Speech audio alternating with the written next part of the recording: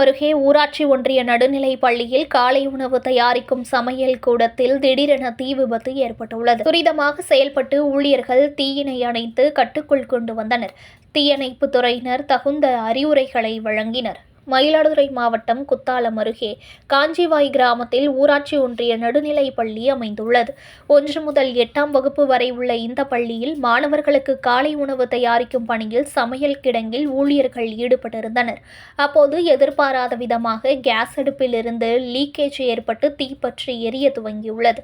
இதனை சுதாரித்துக் கொண்ட ஊழியர்கள் அருகில் இருந்த சாக்குப்பைகளை வைத்து தீயை துரிதமாக செயல்பட்டு அணைத்தனர். பின்னர் குத்தாலம் தீயணைப்புத் துறைக்கு தகவல் தெரிவிக்கப்பட்டு உடனடியாக விரைந்து வந்த தீயணைப்புத் துறையினர் தண்ணீரை ஊற்றினர். மேலும் அங்கிருந்த மாணவர்கள் மற்றும் ஊழியர்கள் பொதுமக்களுக்கு அதிகாரிகள் தகுந்த அறிவுரைகளை வழங்கினர். தொடர்ந்து மாணவர்கள் யாரும் இல்லாததால் பெரும் அசம்பாவிதம் தவிர்க்கப்பட்டது.